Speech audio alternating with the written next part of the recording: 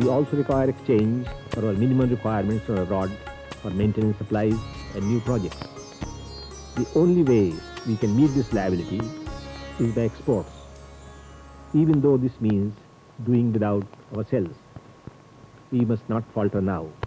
The investments we have made in our economy are about to yield their full results, and soon, in 10 years or perhaps even in 5, I am sure we shall see our country as the center of a great economic change, which will have its impact not only on our own 500 million, but on the whole of Asia and Africa. अस्सलाम वालेकुम।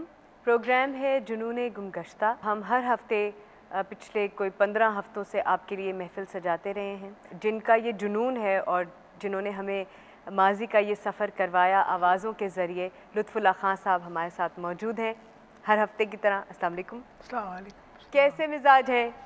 तबीयत अल्लाह के फजल करम से अच्छी है और बहुत अच्छी। वाह वाह वाह वाह, क्या बात है। ये क्योंकि मुझे इसमें खुशी हो रही है कि आखिरी प्रोग्राम तक अल्लाह ने मुझ पर फजल किया, मुझे यहाँ आने की इस्तात दी, बोलने की क़ुव्वत दी और हाज़रीन के सामने पेश होने का मौका मिला। और क्या चाहिए। वाह वाह वाह वाह वाह, बिल्कुल। और हमें भी और क्या चाहिए। 15 हफ्ते। अच्छा, एक बात और अर्ज़ करूँ मैं जी। इस महफिल में मेरी नज़र कुछ इतनी तेज़ नहीं है, चश्मा लगता है मुझे।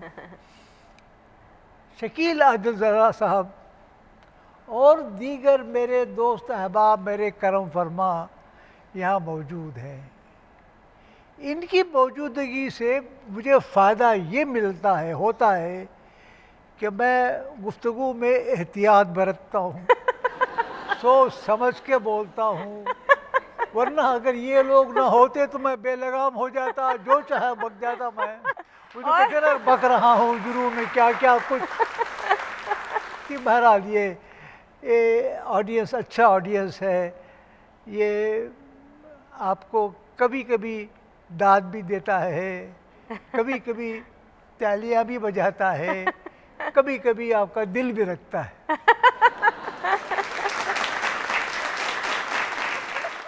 मैं जल्दी से इंट्रोडक्शन देती चलूँ उस आवाज़ का जो आपने प्रोग्राम के शुरू में सुनी। ये आवाज़ थी डॉक्टर जाकिर हुसैन की, जो हिंदुस्तान के तीसरे सदर हैं और शायद पहले मुसलमान सदर हैं। काबिल आदमी थे। उनके पास एक्चुअली तो डॉक्टरेट की डिग्री थी बर्लिन से इकोनॉमिक्स में, लेकिन उन्होंने एजुकेशन में बहुत काम किया।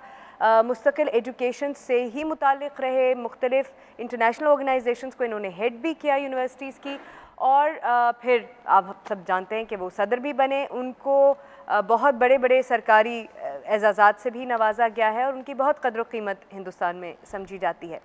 आपने जाकिर हुसैन साहब को देखा या सुना सामने कभी? देखा भी है मैंने। हाँ। सुना भी है। हाँ। ये हुस्न इत्तेफाक जाकिर हुसैन खान साहब का ऐसा है कि उन्होंने एक मज़मून लिखा शहादत हुसैन पर। वो इतना छपा है, हर जगह छपा है, हर एक ने उसे पढ़ा है। इतना पॉपुलर लिखने वाले जाकिर हुसैन साहब। ज़बरदस्त। ये तो थे डॉक्टर जाकिर हुसैन साहब, और ये हमें पता नहीं था कि उनकी अदबी भी एक हैसियत है और उनका आर्टिकल इतना पॉपुलर रहा। अब हम बात करेंगे कुछ नस्र निगारी की, और आज जिस नस्र निगार का हम जिक्र करेंगे उनका नाम है शौकत थानवी। पहले हम सुनेंगे उनकी आवाज़ और फिर करेंगे उनके बारे में बात। शौकत थानवी इंशा परदाज, कॉलम निगार, नावल निगार, अफसाना निगार, ड्रामा निगार, खाका निगार, शायर और सदाकार शौकत थानवी 2 फरवरी 1904 को यूपी हिंदुस्तान में पैदा हुए। शेरी मजमूए गोरिस्तान समेत 60 किताबें यादगार छोड़ी। रेडियो पर आपका तख्लीक करदा किरदार काजी जी आज भी लोगों को याद है। 1963 में तमगा इम्तियाज मिला। आपका इंतकाल 4 मई 1967 को लाहौर में हुआ। सर में सौदा, पाँव में सनीचर, और आज था भी सनीचर। मेरा तो मारे थकन के कचूमरी बनकर रह गया। मैं कहती हूँ क्या यौम पाकिस्तान का सारा इंतजाम आप ही के सुपुर्द था कि सुबह तड़के से जो गायब हुए हैं तो अब सूरत दिखाई? क्या करूं भाई, क्या करूं, मजबूर हूं। एक अनार और सद बीमार वाला किस्सा है, जिसको देखिए वो अपनी तरफ खींचता है। एक तकरीब से छुट्टी नहीं मिलती कि दूसरी तकरीब की तरफ लोग मुझे खींचे लिए चले जाते हैं। अर्जन मियां जी काजी जी, अगर आप सिर्फ मुशायरों को ले लीजिए जी जी, तो आज जा बजा इतने मुशायरे हैं कि मैं आपसे क्या अर्ज करूं। और जहाँ मुशायरा नहीं भी होता वहाँ मुझको देख कर लोग पकड़ लेते हैं और मुशायरा मुनक़्क़िद कर डालते हैं। इस हुलिये और इस बदा में लोग पकड़ेंगे नहीं तो क्या छोड़ देंगे? उसमें क्या खराबी नजर आई है आपको, जो इस पर भी आप गोया तंज फरमा रहे हैं? तंज ये जनाबे वाला, यौम पाकिस्तान की मुनासिबत से इस शहर रावलपिंडी में किसी एक मुतनफ़िस ने भी वो लिबास न पहना होगा जो मैंने पहना है। ये सब्ज शेरवानी जी जी, जिसकी एक जेब पर हिलाल बना हुआ है, दूसरे पर सितारा है, आस्तीने सफेद। जी हाँ, इसको सिर्फ समझने वाले ही समझ सकते हैं कि इसको हमारे परचम से किस कदर करीबी ताल्लुक है। और ये क्या है? ये इतनी सुतलियां क्यों गले में पड़ी हुई हैं? ये तो भाई उन बेशुमार हारों के हल्के हैं जिनके फूल कदरदान तबर्रुक के तौर पर नोच ले गए।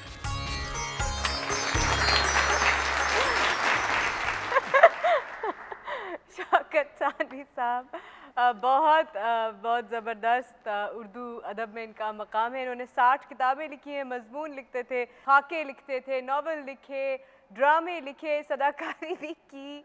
इन्होंने बहुत तवील अरसे तक जंग अखबार में एक कॉलम भी लिखा जिसका नाम था वगैरह वगैरह, और वो उसकी वजह से भी काफ़ी मशहूर हुए। बात करते हैं कुछ शौकत थानवी साहब के बारे में। जी, शौकत थानवी साहब से मुलाकात रही? ये कहाँ रिकॉर्ड किया था आपने? रेडियो आते थे यहाँ मुलाकात, इससे पहले नहीं थी, लेकिन हम इनके मज़ामीन वहाँ पढ़ा करते थे। पहली बार जो मैंने इनका मजमून पढ़ा उसका उन्वान था स्वदेशी रेल। बेसिक आइडिया ये था कि अगर हिंदुस्तान को आज़ादी मिल जाती है और ट्रेनें चलती हो रहती हैं तो उन ट्रेनों के पाबंदी का, चलने का, रुकने का, सवारियों को दाखिल करने का, वो एक उसने ऐसा नक्शा खींचा था, आज तक वो मेरे दिल पर मुर्तसिम है। उसके बाद फिर वो नज़में कहने लगे और रेडियो में आकर तो छोटे छोटे स्किट पेश करने लगे। फिर उन्होंने एक किरदार बनाया काजी जी का, जो आपने सुना, और ये बहुत मशहूर हुआ, बहुत ही मशहूर हुआ।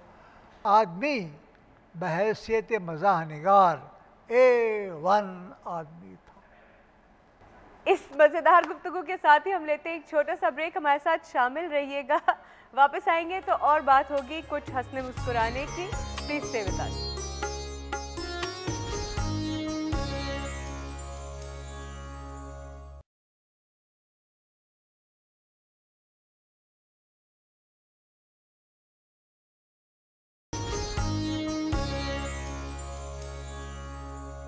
इब्न इंशा उर्दू के मुनफरिद मज़ाह निगार, सफ़रनामा निगार और शायर।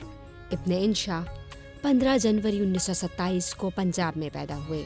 असल नाम शेर मोहम्मद ख़ान था। जामिया पंजाब से BA और जामिया कराची से MA किया। Radio Pakistan, national book centre और अक़वाम मुत्तहिदा में खिदमत अंजाम दी। इस बस्ती के कूचे में चांदनगर और दिले वहशी आपके शेरी मजमूए, आवारा गर्द की डायरी, दुनिया गोल है, इब्न बतूता के ताक़ुब में, चलते हो तो चीन को चलिए, नगरी नगरी फिरा मुसाफिर, सफ़रनामे और तंजो मज़ाह में खुमार गंदम और उर्दू की आखिरी किताब शामिल हैं। अपनी वफ़ात तक रोज़नामा जंग के मुस्तकिल कॉलम निगार रहे। 11 जनवरी 1978 को लंदन में इस बेमिसल तख्लीक़कार ने इंतकाल किया। ये भी लुत्फ़ुल्लाह का सब एक गज़ल है। हो न दुनिया में कोई हमसा भी प्यासा लोगो, जी में आती है कि पी जाएं ये दरिया लोगो, कितनी इस शहर के सखियों की सुनी थी बातें, हम जो आए तो किसी ने भी न पूछा लोगो, इत्तेफाकन ही सही पर कोई दर तो खुलता, झिलमिलाता पसे चिलमन कोई साया लोगो। सब के सब मस्त रहे अपने नेहा खानों में, कोई कुछ बात मुसाफिर की भी सुनता लोगो। होंगे इस शहर में कुछ इसके भी पढ़ने वाले, यूं तो ये शख्स भी मशहूर था खासा लोगो। किसी दामन किसी आंचल की हवा तो मिलती, जब सरे राह ये वामादा गिरा था लोगो। एक तस्वीर थी क्या जानिए किसकी तस्वीर, नक्श मौहूम से और रंग उड़ा सा लोगो। एक आवाज़ थी क्या जानिए किसकी आवाज़, उसने आवाज़ का रिश्ता भी न रखा लोगो। कुछ पता उसका हमें हो तो तुम्हें बतलाएं, कौन घर कौन नगर कौन मोहल्ला लोगो।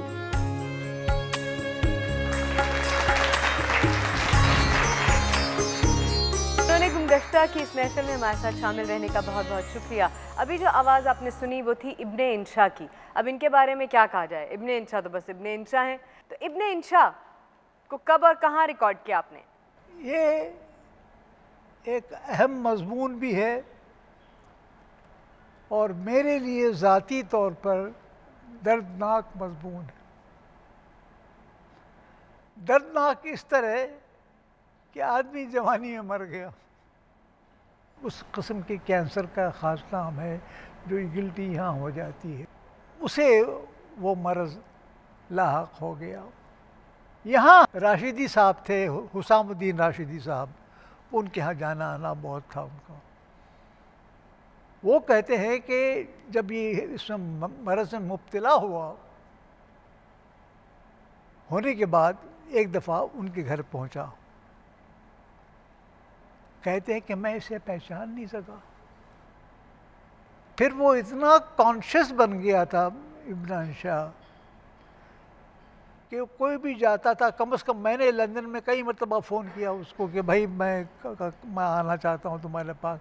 नहीं कहने लगे आप अपना नंबर दे दीजिए, मैं ख़ुद आपको बुलाऊँगा। लेकिन उसने बुलाना कभी नहीं चाहा, किसी को दिखाना नहीं चाहता कि उसकी कैफियत क्या है। बहुत दर्दनाक सूरत है कि एक जवान आदमी और एक काबिल आदमी और एक अच्छा आदमी मर जाए जवानी में। ये शख्स मुझसे वाकिफ़ नहीं था, खबर नहीं कौन उसको लेके मेरे यहाँ आया। उससे जिससे मेरी बात करनी थी उसने उनसे बात करी, सबसे मेरी तारीफ़ करता। लाहौर में अशफाक को फ़ोन किया कि अशफाक मैं भी एक ऐसी जगह से आ रहा हूँ जहाँ मैंने ये देखा है। कुछ ऐसा पैराया अख्तियार किया उसने बयान करने का, अशफाक परेशान हो गया कि है कौन।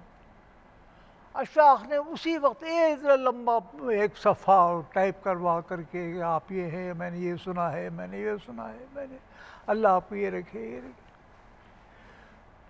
एक मिस्टर ईटो थे टोक्यो में, उनसे कहा कि ये आदमी ऐसा है, ये आदमी आपके पास आ रहा है, आप उसकी ख़बरदारी कीजिए। वो ईटो साहब ने वो तकल्लुफ़ात किए, वो मुझे दिखाया, फिराया, रखाया, वो किया, वो अलग बात है। सिर्फ इंशा के कहने पर कोई काम होगा, हफीज़ जालंधरी साहब आने में बहुत तकल्लुफ़ कर रहे थे। ये उनके साथ काम कर चुका था। मैंने इंशा से कहा कि इंशा देखो ये हफीज़ का मेरे साथ प्रॉब्लम है, उसने काम करा दिया, उनको बुला के लाया। मेरे लिए बहुत ही एक फरिश्ता था, मेरे लिए मैं उसकी हैसियत थी। ये नज़म जो आपने सुनी है, इसमें एक मिसरा है, अपने गुंबद में न दर है न दरीचा लोगो। क्या हालत बयान की है उसकी अपने ज़िंदगी मौत की। जी चाहता है कि एक कदमा यही लिख करके उसके कब्र पे लगा दिया जाए। जितना कुछ ज़ख़ीरा उर्दू अदब में मज़ाहिया नस्र निगारी के हवाले से, शायरी के हवाले से इब्ने इंशा ने छोड़ा है, उनके इंतकाल का जिक्र किया लुत्फ़ुल्लाह साहब ने, मगर वो तो मर सकते ही नहीं हैं। ऐसे लोग कहाँ हैं, वो कहाँ मरते हैं, वो तो यही हैं, हमारे साथ हैं, हमारे शहर में, हमारी जब भी हम उनको याद करते हैं हम हंसते हैं। वो हर वक्त ज़िंदगी के आगे बढ़ने में, इर्तिका में, बेहतर होने में, खुश होने में हमारे साथ हैं। तो ऐसे लोग कहाँ मरते हैं। हमें कोई फिक्र नहीं, इब्ने इंशा हमारे साथ हैं। और हम लेते हैं एक छोटा सा ब्रेक और हमारे साथ रहिएगा। इसके बाद बात होगी मौसीकी की।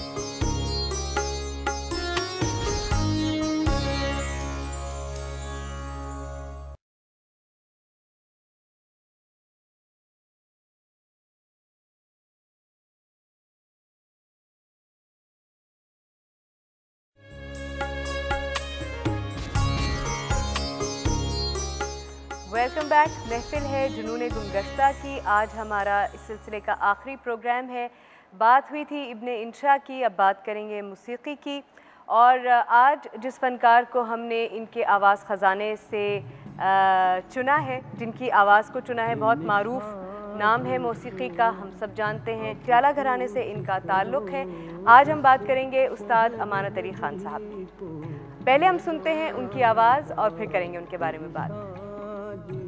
अमानत अली ख़ान पटियाला घराने से ताल्लुक़ रखने वाले मुमताज़ क्लासिकल गज़ल गायक उस्ताद अमानत अली ख़ान 1922 में होशियारपुर पंजाब में पैदा हुए। आपने उस्ताद बड़े फ़तेह अली ख़ान के साथ महफिलों में गाना शुरू किया।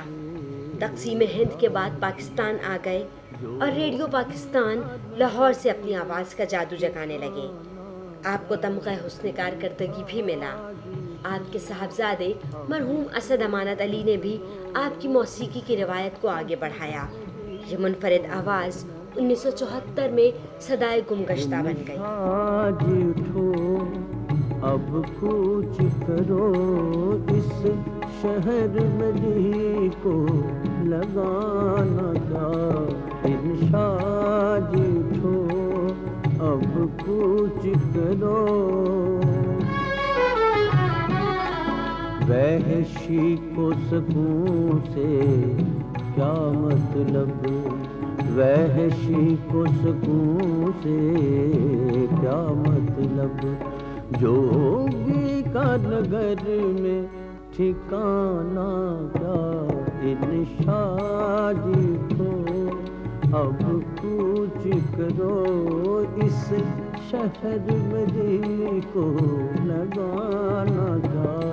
इंशाद को अब कूच करो।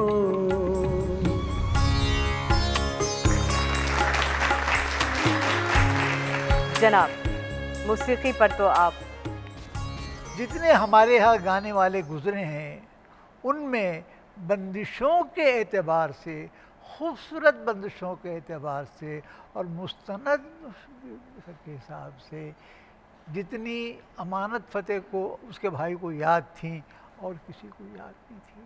पहली मर्तबा जब मैंने सुना इनको, रेडियो पाकिस्तान का प्रोग्राम हो रहा था, इन्होंने दरबारी गाई। 45 मिनट का प्रोग्राम था, एक सिटिंग, एक गाना 45 मिनट का। उन्होंने बिलमपत गाया, फिर दुरत में अजब खेल करतार के गाया। फिर उसने कहा जी मेरे दादा मरहूम का की बेग बंदिश है तराने की, वो सुनाता हूँ। वो सुनाया। ऐसी ऐसी खूबसूरत। मैंने कभी गाने वालों को इतनी बंदिशें याद रखते हुए और ख़ूबसूरत, खबर नहीं कैसे है, कहाँ से तालीम हासिल की, कहाँ से किए थे। पटियाले के, पटियाले का गाना गाते थे। दरबारी जब गा रहे थे तो ऐसा मालूम हो रहा था कि दो शहजादे गा रहे हैं। आवाज़ का रो, बंदिश बात, तरीक़ा, तसलसल, सुनने के लायक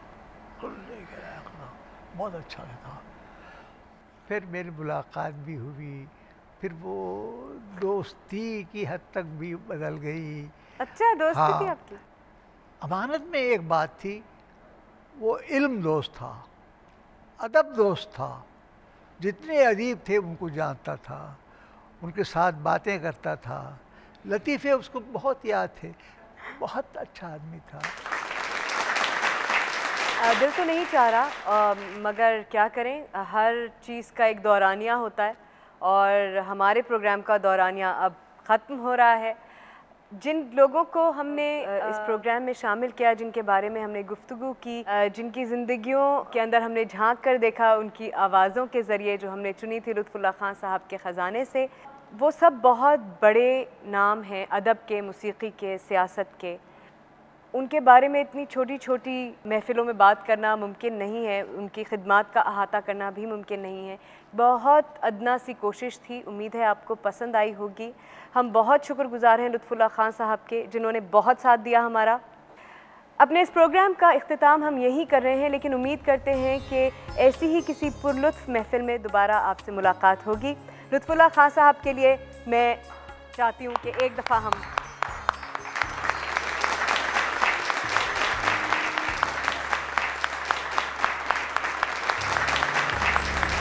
बहुत शुक्रिया, बहुत शुक्रिया।